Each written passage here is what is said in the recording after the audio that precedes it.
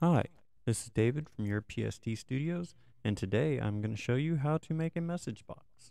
We're going to start by dragging a button onto the screen, and there is our button. We don't have to do anything else in this scenario. We're just going to go ahead and go to our events, go to make a new click event, and on that click event, we will go ahead and type in MessageBox.show.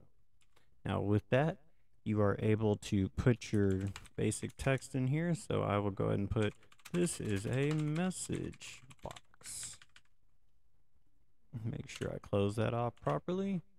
Click start. And as you can see, we have our message box that says this is a message box. Now, if you go back over to your code, sorry, wrong button, add a comma, now you can add a title to your message box. Type message box title. Alright, so now when you click your message box, you have your message box title and your message box.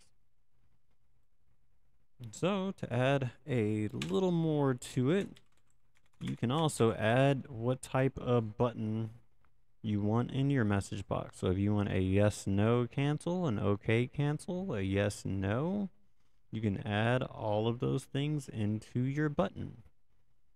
So we're going to go ahead and try the yes no cancel. And all we got to do is run the code again, and you will see we have a yes, a no, a cancel, and you can handle those with message dialog results or dialog result. But we're going to go ahead and close that for now, and that is your message box.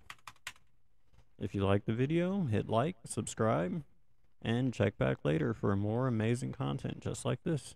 Thank you. Happy coding journey.